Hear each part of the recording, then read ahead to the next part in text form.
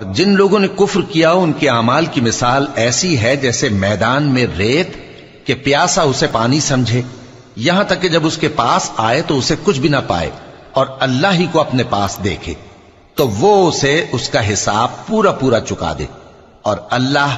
جلد حساب کرنے والا ہے۔ یا ان کے اعمال کی مثال ایسی ہے جیسے گہرے سمندر میں اندھیرے جس پر لہر چڑھی چلی آتی ہو اور اس کے اوپر اور لہر آ رہی ہو اور اس کے اوپر بادل ہو، غرض اندھیرے ہی اندھیرے ہوں، ایک پر ایک چھایا ہوا، جب اپنا ہاتھ نکالے تو کچھ نہ دیکھ سکے، اور جس کو اللہ روشنی نہ دے اس کو کہیں بھی روشنی نہیں مل سکتی۔ کیا تم نے نہیں دیکھا کہ جو لوگ آسمانوں اور زمین میں ہیں اللہ کی تسبیح کرتے رہتے ہیں، اور پر پھیلائے ہوئے پرندے بھی، اور سب اپنی نماز اور تسبیح کے طریقے سے واقف ہیں، اور جو کچھ وہ کرتے ہیں سب اللہ کو معلوم ہے، اور آسمان اور زمین کی بادشاہی اللہ ہی کے لیے ہے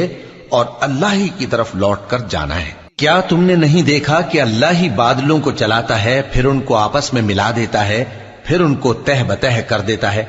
پھر تم دیکھتے ہو کہ بادل سے مے نکل کر برس رہا ہے، اور آسمان میں جو اولوں کے پہاڑ ہیں ان سے اولے نازل کرتا ہے، تو جس پر چاہتا ہے اس کو برسا دیتا ہے اور جس سے چاہتا ہے ہٹا رکھتا ہے،